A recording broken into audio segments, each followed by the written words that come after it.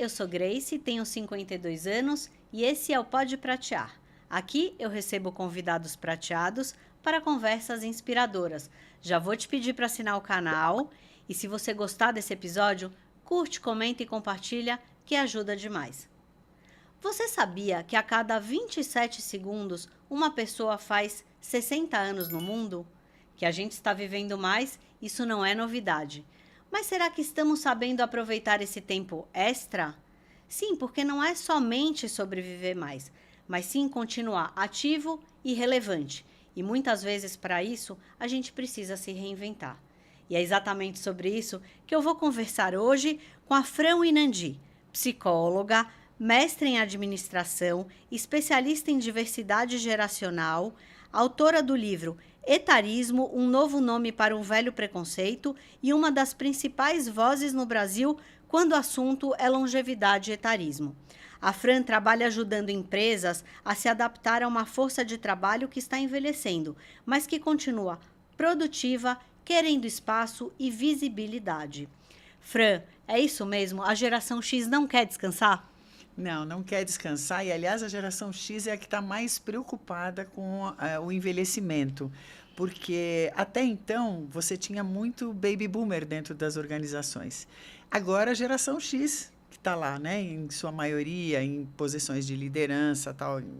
E, assim, quando eles olham, né, para essa questão da aposentadoria, né, estamos vivendo mais. E aí, se eu sair da empresa perto dos 60, o que eu vou fazer depois? Então, assim, é uma geração que agora parece que caiu a ficha, como diriam os etruscos, e agora está preocupada com essa questão da velhice mesmo, né? Porque ela quer continuar relevante e ela sabe que ela precisa, porque Sim. é caro envelhecer. Sim. E se você não tem trabalho, como você faz, né? Sim.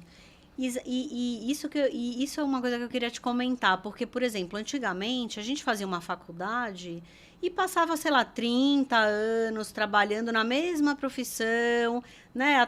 E aí, depois daqueles 30 anos, você já era meio idoso. Só que hoje não. Passou aqueles 20, 30 anos, você continua bem ativo e muitas vezes a empresa, sei lá, te demite porque acha que você já é velho. Eu queria entender como é que esse movimento aí da empresa e de você se reinventar, Fran. Como é que você vê aí? Eu acho que a nossa longevidade é uma novidade, né? Então, o Brasil envelheceu muito rápido, as pessoas estão envelhecendo muito rápido e agora elas começam a perceber essa distância que tem, né? Sei lá, porque quando a gente fala em expectativa de vida, você fala numa média. Uma média, você pega quem não tem saneamento básico, as condições mínimas, né? Pensando em Brasil, Sim. e quem tem personal trainer. Então, você junta tudo isso, mistura e aí você tira uma média. Certo. Então, só que, na verdade, se você olhar no seu entorno, a gente já tem muita gente que está vivendo até os 90, até os 100, ultrapassando os 100 anos. Minha mãe tem 97, né? E aí as pessoas começam a pensar, puxa vida, se eu não tenho mais emprego depois dos 60, e no Brasil é depois dos 50, muitas vezes, como é que eu faço? Porque que caixa que eu preciso ter para viver até os 100? Exatamente. Porque pensa, é metade praticamente. Se com 50 você tem que se virar para fazer bico, né? Como saiu na matéria, até ontem eu comentei, a Kika Gama Lobo escreve na Veja Rio, na Vejinha Rio, e ela falou sobre isso. A gente tem arquitetos, professores, engenheiros que estão trabalhando como Uber, que estão fazendo bicos, porque não tem emprego. Sim. E por que não tem emprego? Porque as empresas têm um preconceito. Mas quem são as empresas? São as pessoas que estão lá dentro. E aí, por isso, voltando na tua pergunta inicial, quem está ali, muitas vezes, é a geração X, que agora começa a ver isso e se preocupar. E aí, por isso, eu acho que eu estou com tanto trabalho dentro das empresas, porque, por sorte, quem está lá começa a perceber que, se não pavimentar esse caminho, vai ficar de fora também. As pessoas 50 a mais que estão nas empresas Isso. olhando que esse cenário não é bom para quem tem 50 a mais. Para eles, porque se eles perderem o emprego, lógico, eles vão ter que fazer Uber, eles vão ter que fazer bico. E aí eles vão ter que viver 40, 50 anos sem uma renda, né? Tudo bem, você tem pessoas que se precaveram, que fizeram investimentos, que conseguiram guardar. né? Mas você tem muita gente, eu acho que a grande maioria, que não conseguiu fazer esse pé de meia. E mesmo quem fez, se você pensar qual é o tamanho de um pé de meia para Exatamente. 50 Isso que eu ia te anos, falar, que pé de meia é esse que a gente vai ter que não é? fazer para viver mais 30, 40 anos depois dos 50, né? Exato. E aí você pensa assim, é uma geração também que sempre teve na cabeça essa coisa de carreira, de trajetória dentro de empresa, Sim. de que empreender é uma coisa para quem compra uma franquia de uma lavanderia, sei lá. Eu acho que a Né? gente tinha uma cabeça meio CLT, né? A Exato. geração CLT, né? Geração CLT. E aí, o que acontece? Hoje, você sabe que empreender é você fazer qualquer coisa que possa te trazer um rendimento, né? Então, por exemplo, eu, Fran, eu tenho 62, tenho 10 a mais que você. Desde que, bom, é que eu sou empreendedora já há algum tempo, mas assim, como que eu monto a minha renda? Né? Eu monto uma cesta, vamos dizer assim, né? Então, eu faço uma mentoria aqui, uma consultoria ali, uma palestra colar, um workshop dentro de uma empresa, e tudo isso eu vou juntando, eu junto isso para ter a minha renda mensal, que é instável, porque, concorda? Você não tem como saber quanto vai ser. É diferente de você ter o seu salário, tudo certinho. Sim. Agora, como eu já estou, vamos dizer, nessa vibe há muito tempo, para mim isso é tranquilo, né? Eu consigo me organizar em meses de baixa, eu já tenho minhas reservas e eu vou me organizando com isso. Agora, para quem ficou numa empresa, né, com uma carreira tradicional, recebendo seu salário, 13º, tudo bonitinho, e de repente se vê no mercado sem emprego, né? Sem salário, sem benefícios, porque a assistência médica você sabe quanto custa. E quanto mais velho você é, mais caro custa. E menos coisa você tem, menos serviço você tem nos... Exatamente. Então, assim, é uma preocupação muito grande e assim, quem não está acostumado com quem não tem essa desenvoltura para lidar com isso, de não ter uma rede, porque eu acho que o emprego, ele te dá essa falsa sensação de você ter uma rede de segurança. Quando você é empreendedor, não. Você que monta a sua rede, né? Então, eu acho que quem não tem isso, e quem está começando agora, fica apavorado. E aí, nos trabalhos que eu faço com pessoa física, né, de mentoria, de reinvenção pessoal, profissional, é um pouco isso, é de entender, né, que agora as coisas estão diferentes, que você vai ter que se organizar, que empreender não é você comprar uma franquia, pode ser, mas não necessariamente, né? Que você pode fazer várias coisas, investir finalmente naquilo que você gosta de fazer, porque tem isso também, né? As pessoas ficam apavoradas, mas começam a perceber que, puxa vida, sei lá, eu jogo tênis. Será que eu não consigo pegar esse meu hobby e fazer alguma coisa relacionada a ele? Porque sempre que eu jogava, eu pensava, puxa, se tivesse tal coisa, se tivesse isso, se tivesse aquilo, eu não posso fazer algo relacionado ao meu hobby que me traga uma satisfação pessoal e uma renda. Lógico que não vai ser uma renda como uma renda de empresa, mas eu consigo fazer com que essa minha cesta seja uma cesta agradável em termos de propósito, daquilo que eu gosto, de prazer, né? E também acho que tem um olhar aí de talvez a gente realinhar os nossos gastos, não tem, Fran? Quer dizer, quando você está numa empresa e você tem lá seu 13º, férias, né? Você tem aquele seu gasto, né? Você pode fazer coisas que você sabe quanto vai entrar no fim do mês. Talvez eu acho que o empreendedor, principalmente quando está começando, ele tem que reorganizar as contas. Tem, com certeza. E a gente tem um monte de gastos supérfluos que a gente não presta atenção quando a gente está numa empresa, numa situação mais confortável. Sim. Quando você empreende, você começa a pensar, puxa, mas eu preciso ter tantos canais de televisão, sei lá, né? Será que eu preciso de tudo isso? Eu nem assisto, né? E de pouquinho em pouquinho você vai vendo, puxa, eu preciso disso, eu preciso daquilo, e você começa a reorganizar mesmo essa questão financeira. Sim. Com certeza. Mesmo assistência médica, né? Eu mesma fiz isso. Eu tinha uma assistência médica que era, vamos dizer, 100%. Eu não fazia aquela contribuição, esqueci como chama lá, que você contribui. Eu mudei para esse outro sistema, que quando eu uso, eu pago um pouquinho. E aí baixou muito o valor que eu pago de assistência médica. Sim. Fran, estamos vivendo, a gente já falou aqui, né, um fenômeno inédito, nunca tivemos tantas pessoas chegando aos 60, 70, 80 com saúde e capacidade produtiva. O Brasil tá se preparando para isso? E onde é que é o maior descompasso? Onde é que você vê isso? Eu acho que nas questões públicas a gente tem um problema maior, né? Não é exatamente a minha praia, então, como eu estou fazendo uma pós em Geronto, tem várias coisas que vamos dizer, eu estou me aproximando de várias coisas que eu não tinha proximidade, né? Então, por exemplo, quando você olha para ILPIs, porque você tem aí um déficit muito grande de residenciais para idosos, né? Eram os antigos asilos, casas de repouso e tal. Porque pensa numa população que está envelhecendo, né? E que, assim, os cuidados, né? Se você não tem uma assistência médica, se você não tem, você vai precisar depender do Estado. Sim. E o Estado não tem, já hoje não tem vaga para o número de pessoas que precisariam usar esse serviço.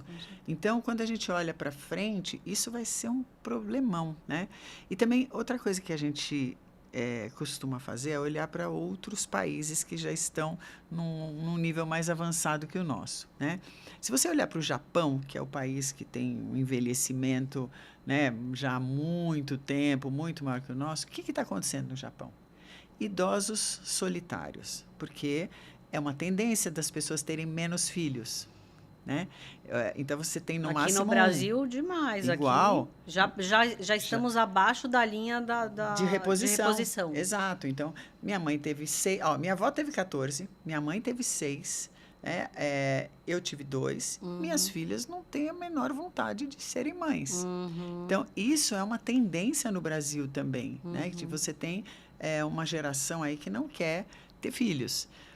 E, tradicionalmente, não que você tenha filhos para cuidar de você, mas, tradicionalmente, os filhos ajudam nesse negócio, né? E aí você tem no Japão idosos solitários que não têm família ou que morrem dentro de casa sozinhos. E demoram muito tempo para descobrir.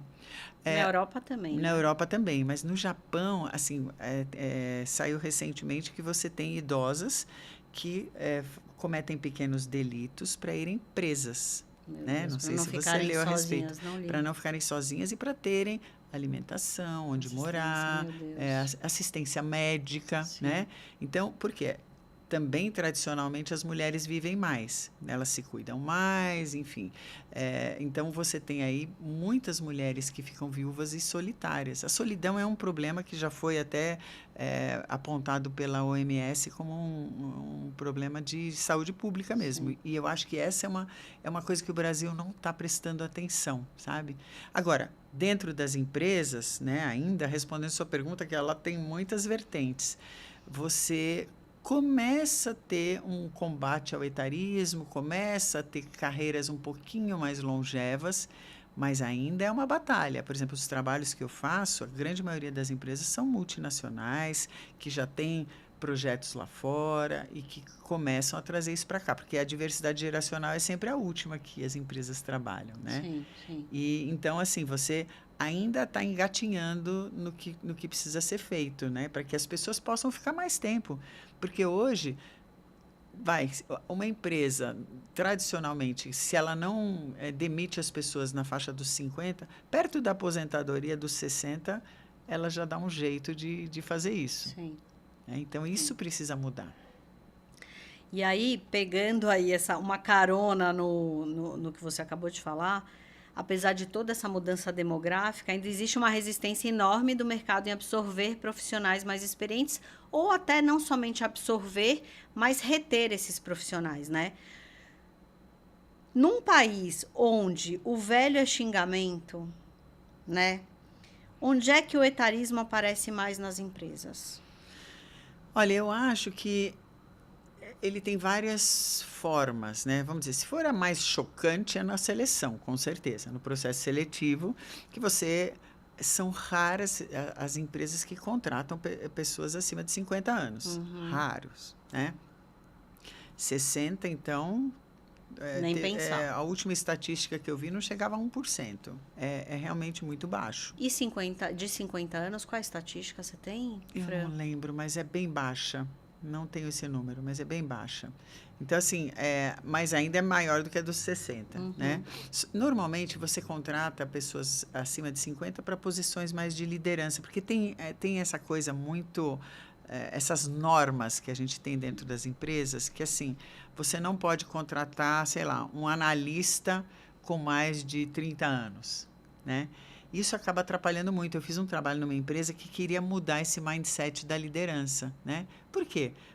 Por que você não pode contratar um analista mais velho? Às vezes é uma mãe que resolveu parar por um tempo de trabalhar e está voltando, Sim. e para ela está ótimo, né? Sim. Então, por que a gente precisa ter essa trava etária?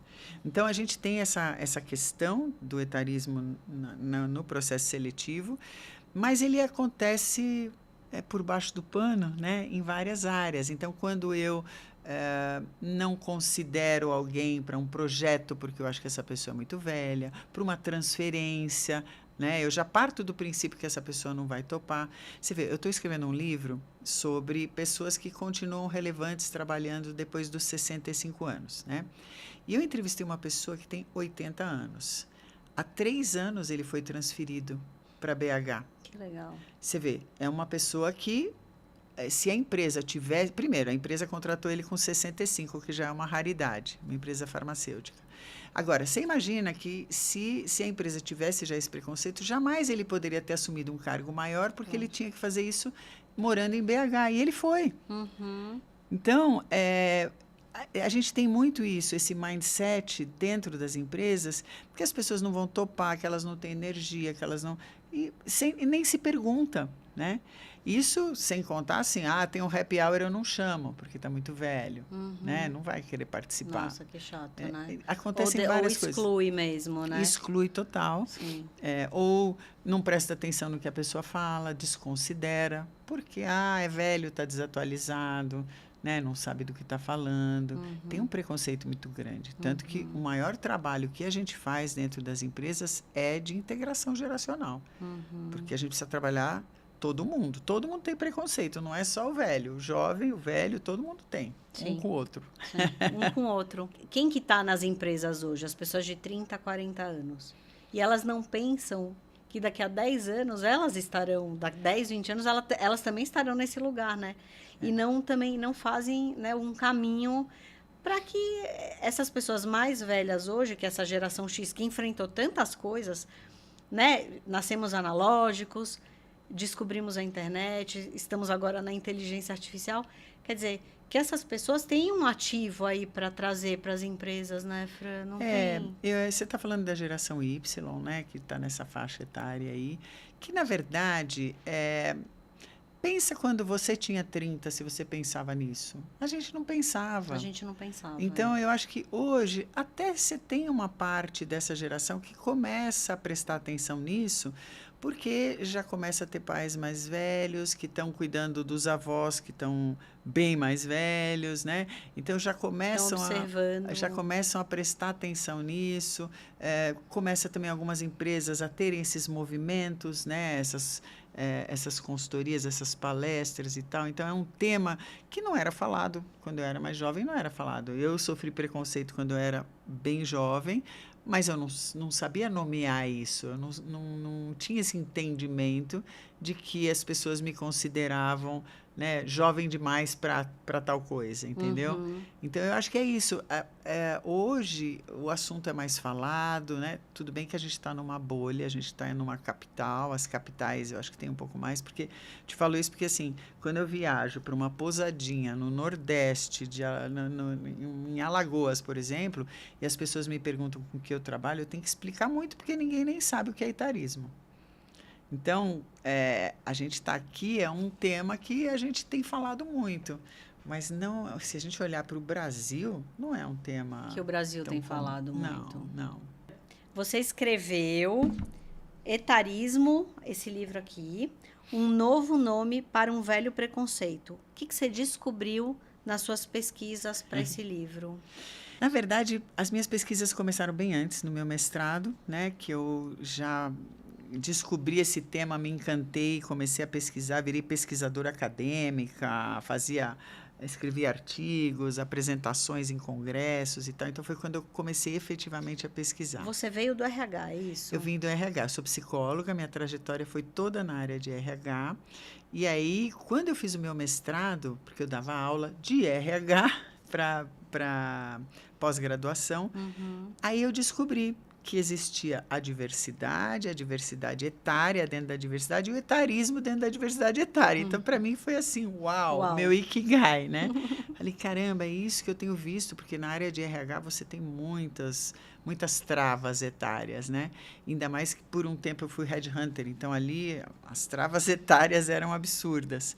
Por isso que eu comecei a pesquisar, né?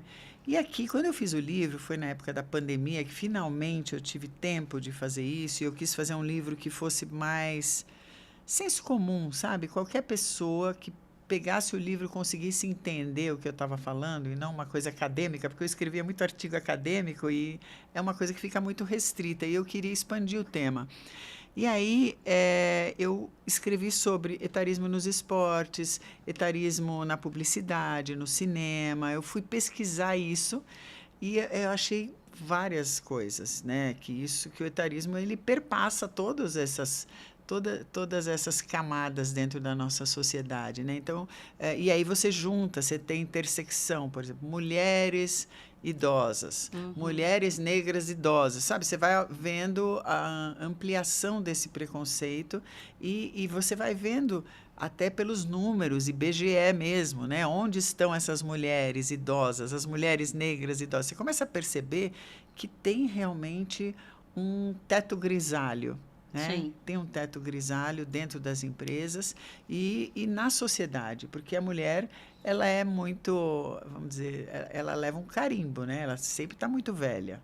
Está muito velha, está muito gorda, ela nunca está dentro do padrão. Nunca atende. Na boa. Tá? Exato. Mas nunca atende, falou tudo. E aí a mulher fica neurótica, porque já está comprovado, tem estudos que mostram, né? Então, a mulher, se ela tem uma aparência mais envelhecida, tem um preconceito maior na porta de entrada da organização, né? Então, não é à toa que a mulher acaba, né, usando mais procedimentos e coisa e tal. Ela é mais bem aceita. Ela é mais bem aceita quando ela tem uma aparência mais jovial. Sim. E não é só mais bem aceita com o público masculino, né? É mais bem aceita nas empresas, né? No que ela está falando, ela acaba tendo uma voz um pouquinho maior, né? Então, foi muito interessante escrever esse livro, porque, assim, foram várias questões aí que eu aprofundei, que eu estudei e tal. E aí, depois eu acabei escrevendo em coparticipação, né? Capítulos em outros livros de diversidade e inclusão, de governança, porque a gente está falando do S do ESG. Você fala o etarismo, você está mexendo exatamente com o S. Então, também foi muito interessante, eu descobri isso quando eu fiz a minha formação em ESG, que o etarismo estava muito interligado com isso. Está, né? Que é uma das coisas que a gente precisa tirar da frente. Eu acho que você tem muito contato com RH, Sim. certo? E quando você conversa com esses RHs, aí é uma curiosidade, tá? Tá. Como é que você lidar com como é que é o trabalho ali dentro de identificar esse preconceito? Eles são claros nisso, olha, porque eu já vi gente no LinkedIn falar que quando fala a idade, tipo, tem uma entrevista marcada. Ou a pessoa pergunta a idade, desmarca a entrevista, ou a pessoa chega lá, vê a idade, faz aquelas 3 perguntas, dá aquele, obrigada, valeu, vamos te ligar e nunca mais liga. Então, eu queria entender como é que funciona esse RH, né? Então, também é difícil generalizar, né? Porque, assim, quando eu comecei na área de RH, imagina, eu estava no 2º ano de faculdade. No 3º, eu era chefe de seleção. Para mim, uma pessoa de 60 era velha caquética, né? Hoje eu tenho 62 e eu tenho isso muito claro para mim, que quando eu comecei, realmente uma pessoa de 60 me parecia, assim, ser uma pessoa muito velha, que poderia contribuir muito pouco. E você tem muitas empresas hoje que têm na porta de entrada da seleção pessoas muito jovens fazendo essa triagem. Então, já começa daí. Agora, nas minhas conversas com RH, porque isso não é geral, por exemplo, nas empresas que eu trabalho, normalmente você tem business partners, você tem pessoas que têm, inclusive, são mais da geração Y, que têm uma maturidade maior com relação a isso, e normalmente, quando elas me chamam, é porque elas querem ajuda, eu falo elas porque a maioria ainda é mulher, mas assim, eles querem ajuda para combater esse preconceito dentro da empresa que vem das lideranças, né? Não vamos esquecer que é recente que a gente está tendo essa troca de gerações na liderança. A gente tinha aí na alta liderança baby boomers, na minha faixa etária, perto dos 60, e a gente tinha para baixo disso a geração X, né? Porque antigamente era muito assim, né? Estava muito ligado com a idade, o teu crescimento profissional. Sim. Hoje a gente já tem muita gente de outras gerações já vi muita liderando. gente falar assim, você tá velha para ser gerente, você deveria já ser diretor, sabe? Essas então, coisas esses também. são parâmetros muito antiquados, Sim. né? Antigamente era assim. Por exemplo, eu contratava subgerente de operações júnior. Olha, ele era sub e ele era júnior, né? E tinha que ter no máximo 30 anos. Então, não estava escrito, mas a gente sabia. E a idade era, sim, um critério, né? Então, hoje isso está mudando, mas a gente achava que realmente, puxa vida, a pessoa que não chegou numa posição de liderança, sei lá, com 40, é porque tem algum problema de potencial. A gente achava isso.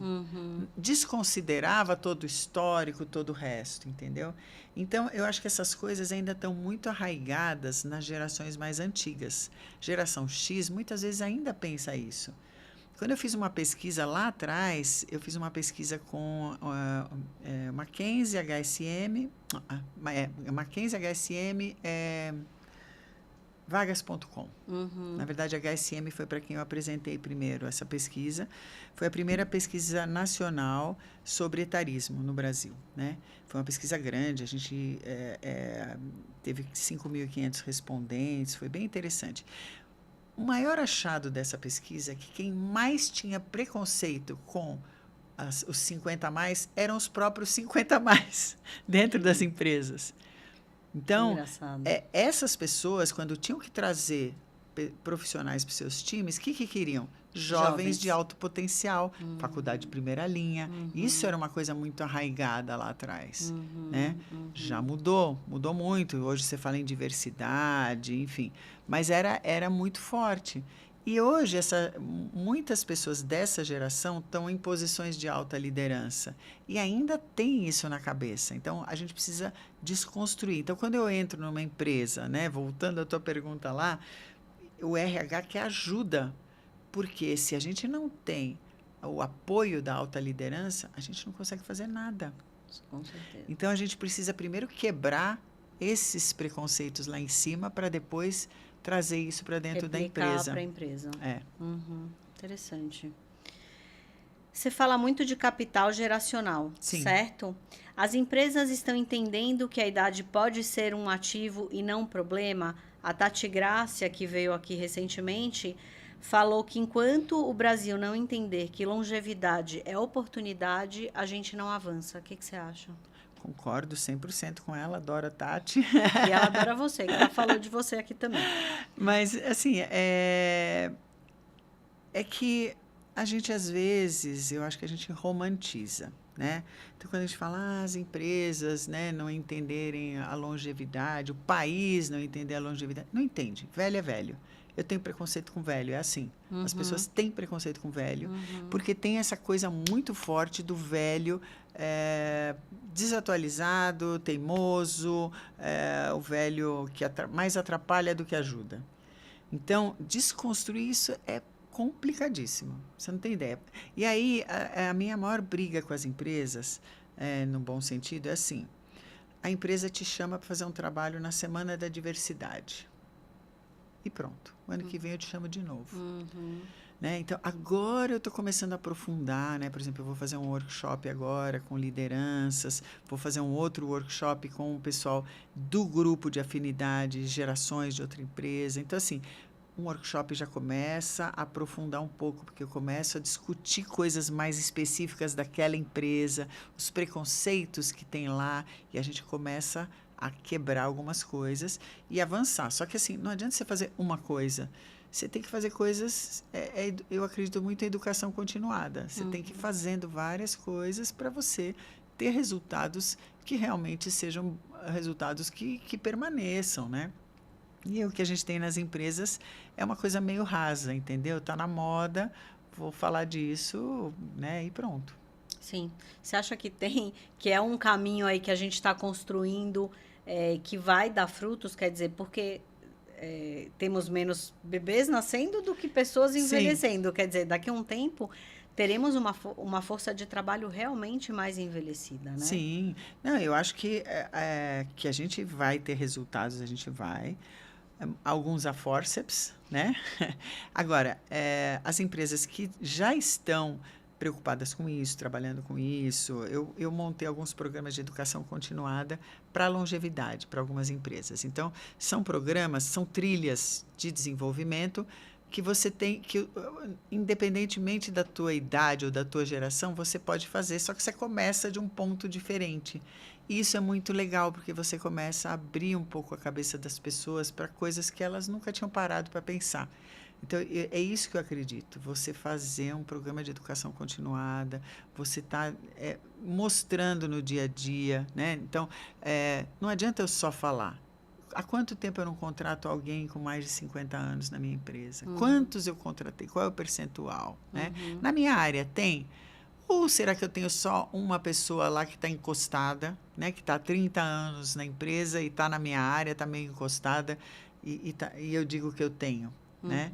O que eu tenho feito? Eu tenho trazido essas pessoas para a discussão, essas pessoas conseguem contribuir, elas conseguem realmente estar inseridas, pertencerem, né? Na minha área, na minha empresa.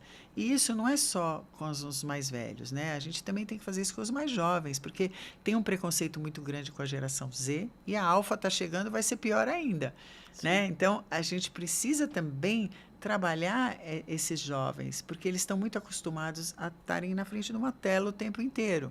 Como que eu faço para humanizar, né? Para aproximar? Então, assim, essa empatia a gente tem que trabalhar no dia a dia. E aí a liderança é fundamental. Por isso que a gente tem que trabalhar muito as lideranças. Sim, com certeza. E aí eu queria te fazer uma pergunta. Eu já tive duas pessoas entrevistadas aqui e cada uma falou uma coisa.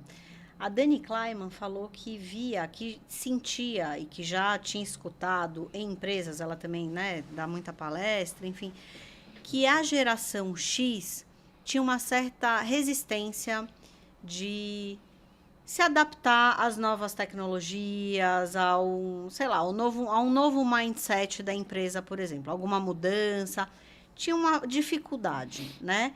E por isso muitas vezes acabavam perdendo o emprego.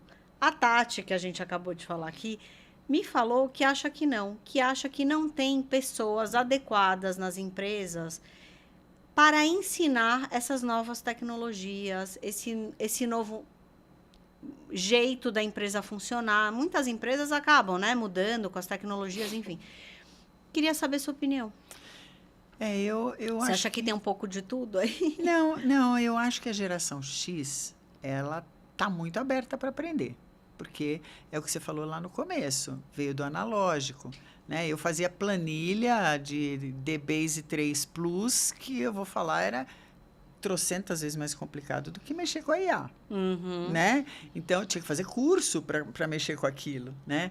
A gente lidou com coisas muito complexas e eu acho que tudo que vem acontecendo vem facilitando muito. Pensa o celular, como é fácil. Você não precisa fazer muita coisa, ele faz tudo, né?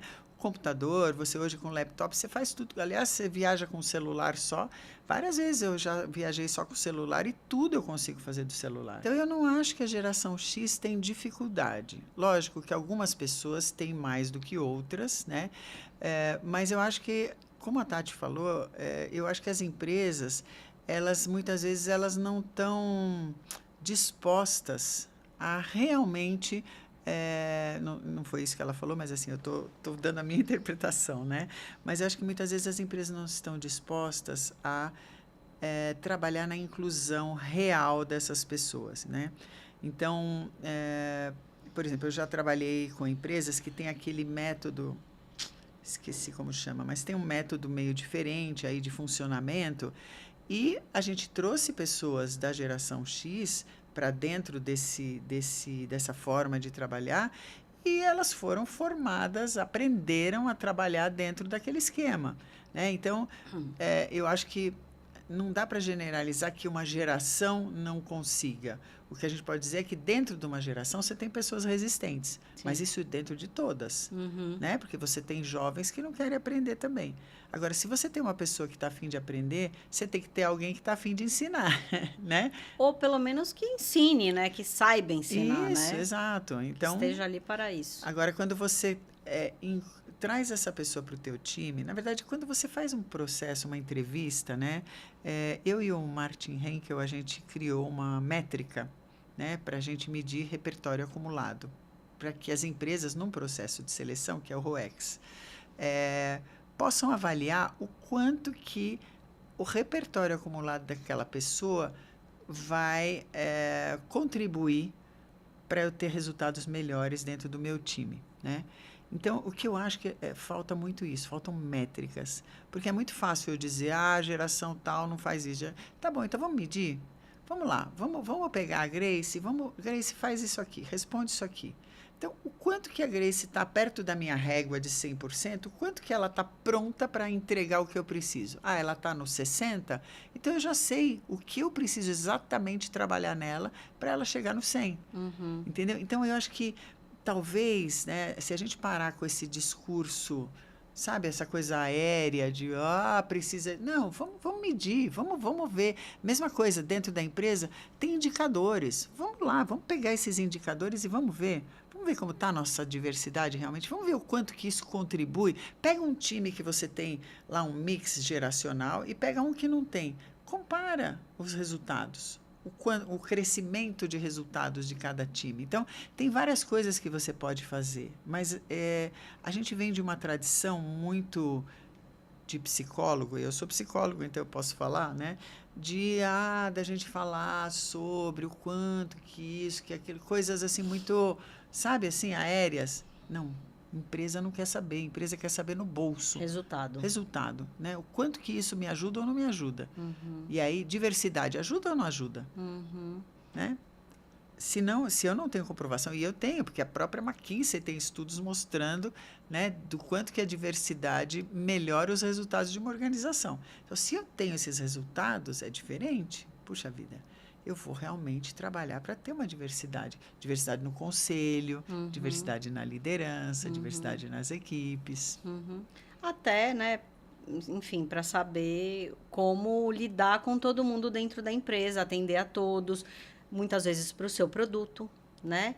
Todos os seus clientes são diversos. Seus clientes, exatamente. Você tem clientes de todas as faixas etárias, porque eu brinco, a diversidade geracional é que abraça todas as outras, né? Então, alguma idade você tem, algum cliente daquela idade você vai ter. Agora, você imagina se você tem, por exemplo, na sua área de marketing, só pessoas jovens, que normalmente é assim, eu fui headhunter, eu sei como é.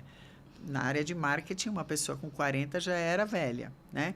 Então, se eu tenho só pessoas na faixa do, sei lá, até 35, como é que eu vou falar com o meu cliente de 60 a mais? E a gente sabe, só você olhar os números da economia prateada, acima dos 50, que esse pessoal tem bala na agulha, né? Para gastar. E aí? Por que eu vou ignorar esse público? Né? Tanto que agora você vê nas eleições, até a CLEA, né, da Data 8, está com um movimento bem interessante de despertar os 70 a mais para o voto. Eu vi. Porque a gente tem realmente aí uma camada da população que pode mudar várias coisas, Sim. né? Então, só que assim, é uma camada que também está acostumada a ser meio ignorada, então pensa assim, sabe, ninguém dá bola para mim, que diferença que eu vou fazer? Né? Também se não existem políticas para mim, né? Isso. Voltadas para mim. Exato. E eu fui invisibilizada tanto tempo, para que eu vou me incomodar com isso? Uhum. Né? Então, tem tudo isso. Então, agora, se eu começo a ter movimentos, né, que começam a prestar atenção nas pessoas mais velhas, eu também começo a dar uma certa... voz para essas pessoas, elas começam a sentir que elas fazem a diferença e isso pode mudar um monte de coisa, seja na política, na sociedade, no trabalho. Isso eu acho muito legal. Para fechar só esse bloquinho aqui que a gente está falando, você acha que experiência hoje pesa mais a favor ou contra? Ah, mas a favor, com certeza. É que eu acho que é diferente você falar. Quando você fala em experiência, eu estou pensando no No repertório. repertório. Porque tem muita gente que confunde experiência com tempo, né? Uhum. Então, ele tem, sei lá, 30 anos de experiência. Muitas vezes ele está numa empresa há 30 anos, Fazendo não a mesma fazendo grande coisa. coisa, Uhum. e aquilo não vai fazer muita diferença, né? Uhum. Então, eu acho que o repertório faz muita diferença. Queria falar agora um pouco de reinvenção, né? Muita gente chegando aí à meia-idade, 50, 60, às vezes até um pouquinho antes, percebe que construiu uma carreira e que não faz mais sentido aquilo naquele momento da vida, ou porque foi demitido, ou porque realmente tá cansado, né? E quer, enfim, tentar outra coisa, como você deu exemplo aí de uma pessoa que jogou tênis. Meu marido, por exemplo, mergulhou a vida inteira. E eu sempre pergunto, mas por que você não vai fazer alguma coisa com mergulho? Ele fala, não, porque isso é meu hobby. Aham. Então, e Sim. tem isso também, né? Mas esse momento aí de meia-idade, né, para uma pessoa que se dá conta de que cansou de fazer o que sempre fez na vida, você acha que pode ser um momento de crise ou um momento de virada?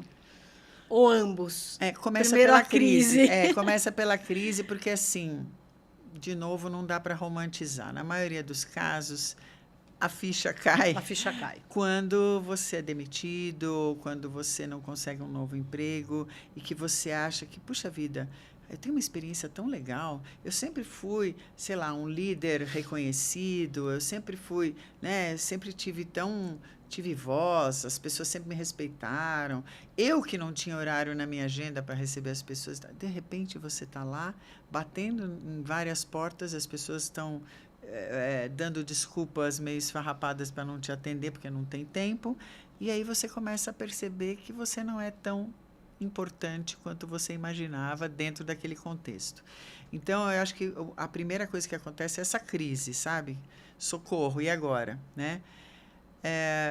Lógico que dependendo como você encarar essa crise, ela pode ser uma virada maravilhosa ou não. Muitas pessoas entram em depressão, né? Muitas pessoas se vitimizam.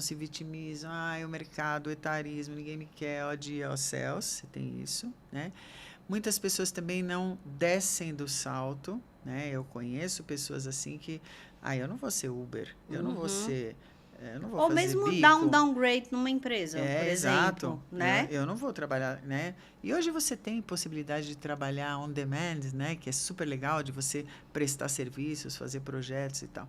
Então, assim, por isso que essas pessoas, elas têm que se reprogramarem, sabe? Reprogramar a cabeça, né? Para entenderem que, puxa, isso não é tão ruim. De repente eu vou ter mais tempo livre, né? Eu não vou mais trabalhar de segunda-feira, né? Então, a questão é eu me organizar. Então, quando você consegue entender que isso pode ser bom para você, só que tem um período que é um período assustador, né? Porque é o que eu te falei da rede. Caramba, eu não vou ter meu salário.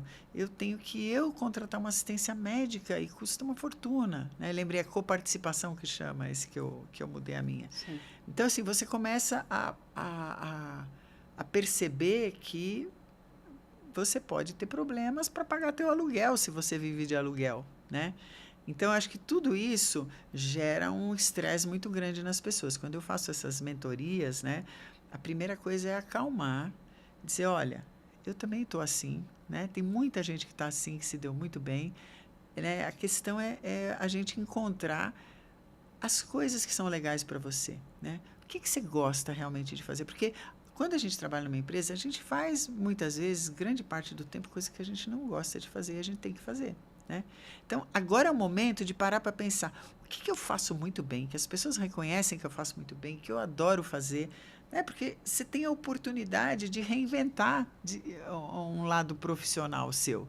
Então, você vai procurar coisas que sejam prazerosas para você, né? Pode ser um hobby, por exemplo, você falou do mergulho, mas de repente ele gosta de tomar vinho. E vinho também dá uma possibilidade aí. Eu conheço várias pessoas que caminharam para alguma coisa relacionada ao hobby do vinho, né? Ou, sei lá, tem várias coisas possíveis que você pode fazer, né? Então, A primeira coisa que eu faço, e aí a gente trabalha muito o autoconhecimento, né? De tentar entender, puxa vida, durante esse tempo todo eu fiz isso aqui que eu odeio, né? E é engraçado porque a pessoa está lá com o perfil no LinkedIn e ela descreve aquilo que ela odeia fazer. Aí a primeira pergunta que eu faço é assim, por que você colocou isso aqui se você odeia fazer isso? Não, mas é o que eu faço há 30 anos. Tá bom, mas você quer que as pessoas te chamem para fazer isso de novo? Sim, continuar fazendo. É isso que você quer fazer? Que outras coisas que você sabe fazer bem, que você gosta de fazer, que estavam nesse... Então, a gente começa a destrinchar, né? A mudança do perfil do LinkedIn acontece num determinado momento que você olha, a pessoa olha para aquilo e fala, nossa, eu não quero fazer nada disso que eu vou ter aqui. Né? Então, tá. E o que você está se apresentando de um jeito que não é você. Porque as pessoas também têm uma dificuldade muito grande de se apresentarem sem falar da parte profissional e especialmente da empresa, da última empresa, ou de onde ficaram mais tempo, ou do setor, né? Então, é muito legal porque a gente começa a fazer esse trabalho e aí vira uma reinvenção, uma virada bacana, normalmente, na vida das pessoas. Mas tem que entender que vão ter altos e baixos, a questão financeira tem que ser bem administrada e por aí afora. Porque também, Grace, é uma coisa legal de colocar, essa é uma geração que não teve educação financeira lá atrás. Sim, muito, muito. E isso, eu tenho sido chamada para falar sobre isso, sobre finanças e gerações e empresas, tal, porque as pessoas de gerações diferentes olham para a questão financeira de uma forma totalmente diferente. Por exemplo, você pega uma pessoa, um baby boomer, ele não anda sem dinheiro vivo. Pega alguém da geração Z para ver se ele tem algum dinheiro na carteira. Se é que tem carteira. Se é que tem carteira. Então, é interessante porque você tem approaches diferentes, né? E assim, eu, quando era mais jovem, eu saía de carro, eu tinha o dinheiro do ladrão.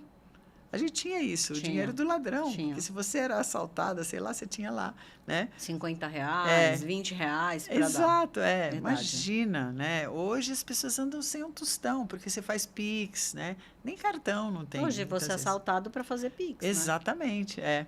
Então, assim, tem muitas coisas que eu acho que estão relacionadas com essa dificuldade dessa geração com a questão financeira, com a educação financeira. Totalmente. E hoje, as novas gerações começam a ter um pouquinho mais de educação financeira do que a gente teve. Sim. E isso é bom, é importante. Super. Você falou aí, a gente começou a falar de autoconhecimento, que é um tema que eu considero fundamental, porque eu acho que ele foi importante, está sendo importante no meu processo, né, de reinvenção profissional. E aí eu queria te perguntar, dá para se reinventar sem se conhecer? Não.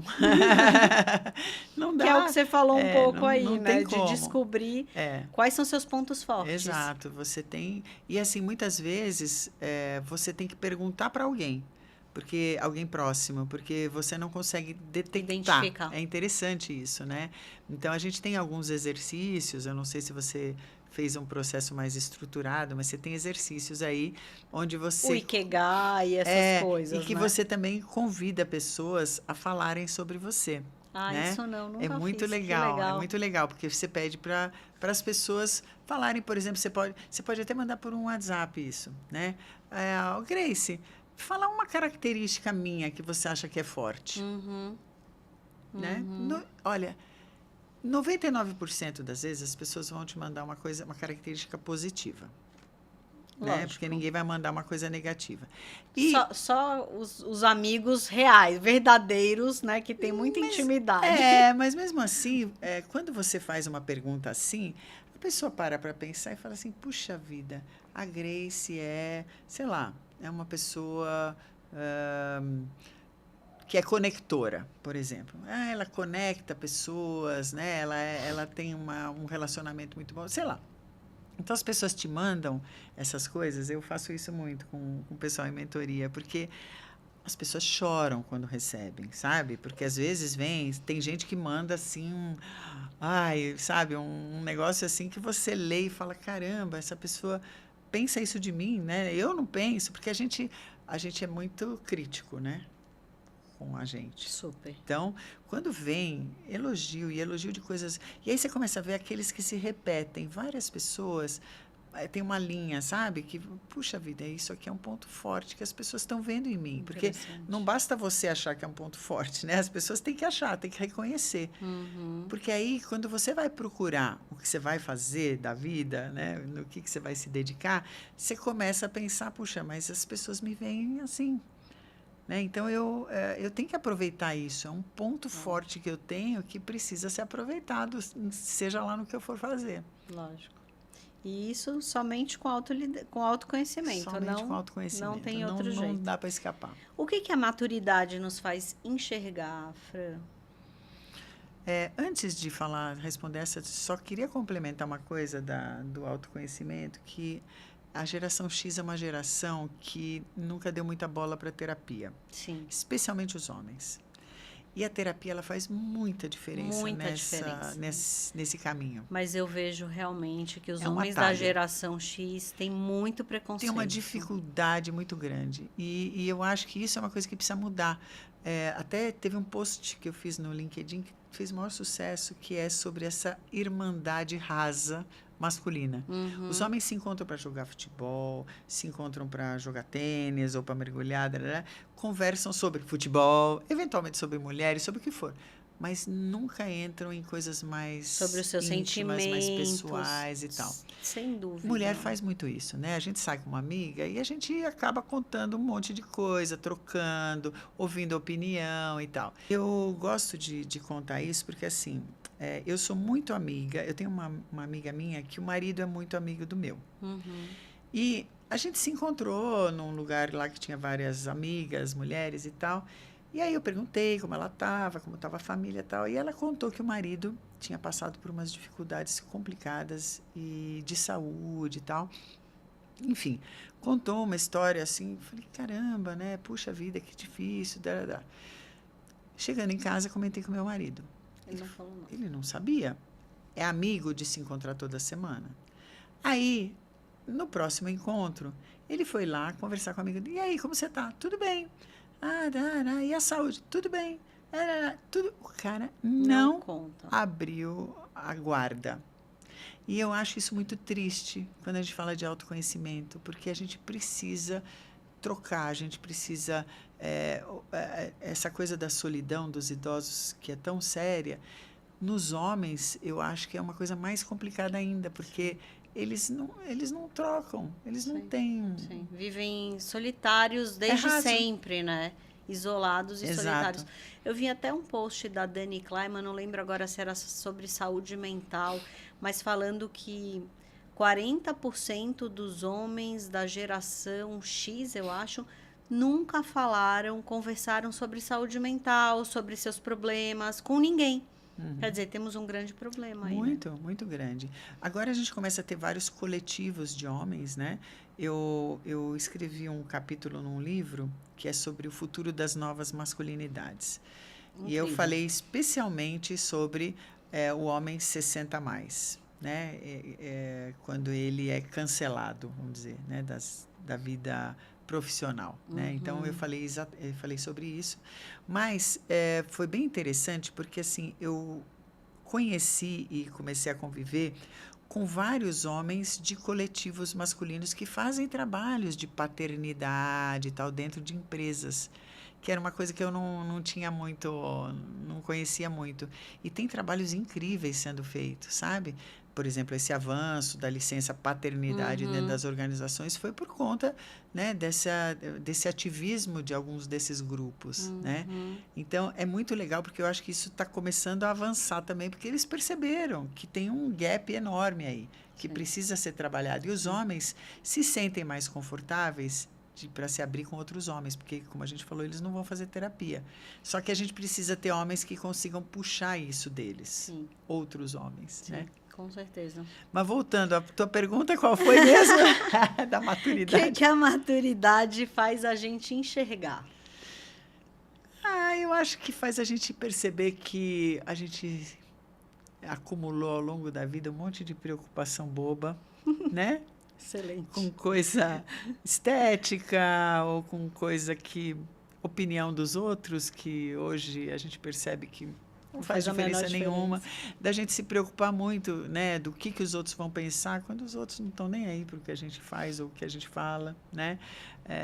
Eu sempre fui muito crítica, sabe, com essa coisa de, por exemplo, se eu falava uma coisa e depois eu me arrependesse, né, por exemplo, num podcast, assim, vamos dizer que eu falo um negócio e depois eu falo, nossa, eu podia ter falado isso, eu ficava, remoendo, o que vão achar, que eu poderia ter falado isso, que eu penso só isso, entendeu? Então, eu acho que, assim, eu entrava num parafuso que não fazia o menor sentido, porque ninguém tinha essa preocupação que eu tinha comigo, né? E é um sofrimento É um pra sofrimento, gente, né? Então, eu acho que isso, quanto mais a gente vai amadurecendo, mais vai melhorando. Também a forma da gente se vestir. Não gostou? Azar é seu, sabe?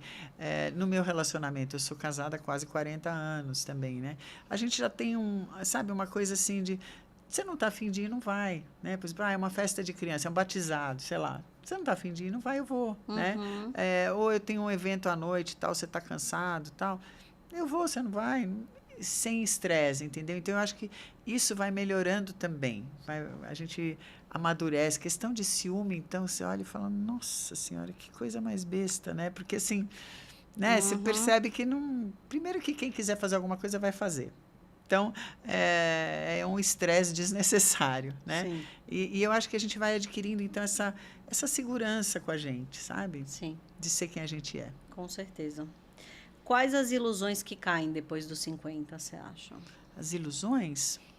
As ilusões estão todas perdidas, já falaria... Sim. Já falou Cazuza, né? Eu acho que... Eu acho que tudo passa, né? Se eu tivesse que algum dia tatuar alguma coisa, ia ser o hashtag tudo passa, né? A gente tem muitas ilusões de coisas que vão permanecer, não vão. Nada permanece, tudo passa. Então, eu acho que essa coisa do emprego ideal, do marido ideal, do filho ideal, sabe? Essa coisa de achar a perfeição nas coisas ou nas pessoas é uma ilusão que não, né? E eu acho que tem a coisa a gente também começa a ter uma proximidade com a finitude, né? Com a morte, você começa a pensar mais nessas coisas, né? A falar mais abertamente sobre isso, que é um tabu, que quando você pensa também é ilusório, porque, né, todo mundo vai passar por isso, então como que a gente faz para passar por isso de um jeito menos traumático para todo mundo? Então, eu não sei se eu respondi, mas é isso. Não, acho que respondeu super bem. A geração que hoje está com 50 anos, que é a minha geração X, foi educada para dar conta de tudo, né? Que a gente está falando aqui das ilusões que vão caindo, né? E a maturidade, que a maturidade faz a gente enxergar. Né? A gente tinha que trabalhar, tinha que sustentar, tinha que cuidar, mas não olhava para dentro. E você acha que isso está cobrando um preço hoje? Está cobrando um preço e eu vou te dizer que eu sou de uma geração... É que, assim, eu estou entre Baby Boomer e X, né? Mas eu também me cobro muito até hoje, de muita coisa. Eu sou workaholic também. Sim. Então, eu acho que isso é um negócio que tem um preço, né? Então, assim, ao mesmo tempo, eu acho que a gente tem essa abertura maior para o autoconhecimento, para a terapia, para se conhecer melhor. Então, a gente tenta ter um balanço melhor. Mas, por exemplo, eu que trabalho por conta própria há muito tempo, se bobear, eu estou o final de semana inteiro fazendo coisa relacionada ao meu trabalho. Né? À noite, por exemplo. Ontem eu lembrei de uma coisa às 11 horas da noite. Eu não aguentei, voltei para o meu laptop e fui fazer. Sabe? Então, isso eu acho que é um preço que a gente paga, que precisa mudar, mas é muito difícil mudar. É muito difícil. Porque eu vejo minha filha fala, mãe, final de semana, você não precisa fazer nada, relaxa. É que a gente tem isso, sabe? Essa cobrança interna para que tudo seja perfeito. Acho que isso é uma coisa que precisa mudar. Precisa mudar. Fran, eu tenho uma amiga que participou aqui logo no comecinho do Pode Pratear, psicóloga, uma amiga psicóloga, a Isabelle Crespinho Aba, E ela me disse que muita gente perde a referência quando é demitido após muitos anos. Você acha que a pessoa perde a referência? Perde, eu acho que esse é o maior tombo de muita gente, né? Principalmente se a pessoa ficou muitos anos na mesma empresa, foi crescendo, sabe? Então, é fulano de tal empresa, né? E é muito difícil você desassociar a sua identidade da identidade organizacional. Muito difícil. Então, esse também é um trabalho que você tem que fazer. Por isso que eu acho que quem não fez terapia até esse momento já deveria fazer. Já é a primeira coisa a ser trabalhada, porque é uma coisa bem complicada. Porque, por exemplo, num trabalho de mentoria, a gente trabalha coisas mais rápidas, sabe? Para você se reposicionar Agilizar, logo, sim. voltar ativa. Darará. Agora, esse é um tipo de coisa mais profunda. Porque, assim, eu sou o fulano da Santista, né? E eu, a vida inteira fui, durante 30 anos eu fui esse cara. As pessoas me conhecem por isso. E aí? Aonde eu vou agora? É igual alguém que ficou casado 50 anos e, de repente, se separa, né? Os amigos são os amigos comuns e tudo mais. Então, assim, é muito difícil você voltar a ter a sua própria identidade. E existe um sofrimento silencioso nessa Muito, fase, né, muito. Fê? Por isso que é muito importante de você trabalhar essa sua identidade pessoal em tudo, no teu relacionamento, no teu trabalho, em tudo. Você é a Grace. Antes de qualquer coisa. Antes da Grace, esposa, mãe ou, sei lá, podcaster, né? Você é a Grace, mulher, né? Então, isso você tem que ter muito claro para você. Uhum. Tem uma pergunta aqui que acho que é um pouco do que você está falando. Quem somos quando o trabalho deixa de ser o principal definidor da nossa identidade? Às vezes a pessoa não consegue nem se apresentar. Quem sou eu?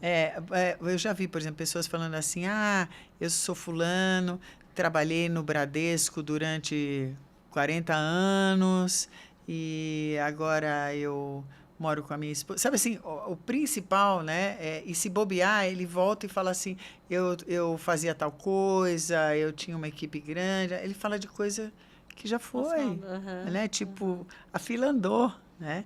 Ele não consegue falar dele ou Sim, ela não consegue falar dela. dela. Então, isso é uma coisa bem complicada, que tem que ser realmente trabalhada. Fran, o que que mudou para você depois dos 60? Eu vou te dizer que não mudou muita coisa, porque a minha mudança maior foi nos 50, né, para mim especificamente, porque eu vinha de uma carreira em RH, né, então de uma trajetória muito bem estruturada, uma remuneração bacana, darará, e eu decidi me reinventar e trabalhar com uma coisa que ninguém mexia, que era a diversidade etária. E por que que você tomou essa decisão? Você sentia a vontade? Você queria sair da... Por quê? O que que te deu esse estralo? Eu já estava meio cansada, porque eu era headhunter. Eu estava Uhum. bem cansada, sabe? Eu fazia com o pé nas costas, ganhava muito bem, tava tudo ótimo nesse sentido. Mas eu já estava cansada de fazer aquilo, já não via graça. Também achava muito superficial, sabe? Não tinha alguma coisa que me tocasse. Né? Então, Um tá bom, propósito. eu quero um gerente de produto com experiência em biscoito que tenha no máximo 35 anos. Ai, me dava uma preguiça quando eu recebia uma coisa assim, sabe? Tipo, né, de evangelizar o meu cliente. Então, quando eu decidi mudar, trabalhar com diversidade etária, com gerações, com etarismo especificamente, o foco maior no início foi etarismo, foi uma coisa mais assim de, puxa, vou pegar isso que eu sei fazer, né, de desenvolvimento de pessoas e tal, para alguma coisa boa que faça sentido para mim. E aí que eu comecei a mexer com isso. Mas olha, eu vou te dizer, eu saí de um patamar de remuneração aqui em cima para zero. Sabe? Foi bem difícil, porque as pessoas não valorizavam, ninguém tinha budget, ninguém entendia do que eu estava falando, né? Me faziam meio que um favor de me deixar entrar para falar. Então, assim, foi realmente quebrar pedra, sabe? Mas Uhum. eu estava muito disposta a fazer alguma coisa diferente e eu acho que quando teve a pandemia, então, que deu aquele uau, sabe? Vamos aproveitar agora e mudar de vez, fazer. Eu amo dar aula, eu amo estar com pessoas, eu gosto de fazer as pessoas pensarem naquilo que elas nunca pensaram. E eu gosto muito de coisa diferente, de inovação. Eu estou com um projeto agora mega inovador que eu estou quebrando pedra de novo. Então, assim, é uma característica minha que eu adoro. Mas não é fácil. Não é fácil. Tell me about it. O que você gostaria de ter entendido antes? Ou você acha que foi tudo do jeito certo? Eu acho que foi do jeito que tinha que ser. Poderia ter sido mais fácil se eu tivesse, por exemplo, insistido no inglês, pensando mais para trás, né? Que era uma coisa que me dava também muita preguiça. Eu falo francês, mas o francês não é muito prático. Eu faço eventualmente uma palestra em francês e tal. Mas, assim, o inglês me fez falta em alguns momentos. Eh, eu acho que do lado mais pessoal, assim, talvez me organizar para fazer as coisas de uma forma mais equilibrada na minha vida, né? Eu sempre fui muito de ir atrás da minha paixão, de fazer aquilo que eu queria e, enfim, isso tem um preço, né? Sim. Então, acho que talvez isso. Mas, assim, acho que tinha que ser do jeito que era, porque eu sou assim, né? Tanto que eu te falo, eu estou nesse projeto agora, que, assim, eu vou falar agora, eu estou falando com universidades, as pessoas me olham, essa mulher é louca, de onde ela tirou essa ideia? Sabe, assim? Então, é uma característica, sabe? E que aí depois a coisa acaba entrando nos eixos e Acaba rodando. acaba dando certo de Sim. um jeito ou de outro. Sim. Ô, Fran, e essa geração aí que hoje está com 40 anos, que é a geração dos millennials, você acha que elas vão envelhecer, já estão olhando para a geração X e vão envelhecer diferente ou estão repetindo Eu acho que padrões? sim, eu acho que já. Estão repetindo um pouco de padrões, especialmente as mulheres, né? Porque as mulheres ainda têm essa neurose com a aparência, né? E essa cobrança da sociedade. Por mais que você veja no Instagram, que já tem uma coisa mais feminista no ar, de questionamento e tal, é aquilo, né? A gente está num país que é muito diverso, e que tem um acesso diferente à informação, dependendo de onde você está ou do Sim. seu nível socioeconômico, né? Sim, Então, sim. você tem uma geração de mulheres mais, sei lá, mais bem informadas e tal, mas, ao mesmo tempo, você olha e vê os índices de feminicídio como nunca estiveram, que a gente não sabe também Assustador. se é por conta das coisas estarem aparecendo mais, né? Será que nunca teve? Será que nunca foi assim? Ou será que a gente simplesmente não via, não Não tinha acesso à sabia. informação, Sim, sabe? Então, sim, também é uma dúvida que eu tenho. sim. Mas, assim, a gente olha e fala, caramba, né? E a educação dos meninos? Como é que está sendo para isso estar acontecendo, né? Porque eu vejo, eu tenho 2 filhas, né? Mas eu tenho muito contato com as amigas delas e tal. E eu vejo alguns padrões se repetindo, né? Relacionamentos, e, puxa vida, a mulher tem medo de ficar sozinha para o resto da vida e acaba tolerando algumas coisas e por isso fica com a pessoa, entra num relacionamento, ou se submete de repente a estar com alguém que não é alguém que preenche, mas, sabe, não quer ficar sozinha. Então, ainda tem padrões se repetindo, infelizmente, né? Isso eu tô falando na casa dos 30. Na casa dos 40, eu acho que a mulher já está um pouco mais... já está percebendo, porque ela está olhando para os 2 lados, né? Para cima e para baixo. Então, acho que Para ela já frente e está... para trás. É já está verdade. se ligando de algumas coisas, né? Sim, Mas é difícil dizer, né? É difícil. com certeza. Qual a sugestão que você deixa para quem está vindo aí atrás da gente, né? Porque se tudo der certo, todos chegaremos lá na frente, todos ficaremos velhos, enfim. Que sugestão você deixa? A sugestão é encarar o envelhecimento como uma coisa normal da vida, né? Uma parte normal. Isso aconteceu comigo, está acontecendo com você e vai acontecer com você. Então, como eu falo para quem está dentro de empresa, quem está fora também, tenta pavimentar para que esse caminho seja um caminho legal para você também, porque você vai chegar lá. Sim. Então, tenta, né, fazer com que isso seja uma coisa boa. Construir uma jornada... Construir uma jornada boa, não só para você, mas para os outros, Sim, né? sim. Então, você olha para frente. Fran, acho que uma coisa que ficou claro aqui é que envelhecer não é só sobre, não é mais sobre parar, né? É sobre ressignificar e muitas vezes recomeçar. Não sei se de lá de trás, mas de algum espaço aí, recomeçar a sua vida com seu background, porque a gente nunca recomeça do começo, temos um background, mas recomeçar a fazer uma coisa nova com a nossa experiência, Sim, isso? é isso mesmo, porque quando você olha para um baby boomer, né, como você falou, a carreira era linear, né? Hoje a carreira não é mais linear e eu acho que isso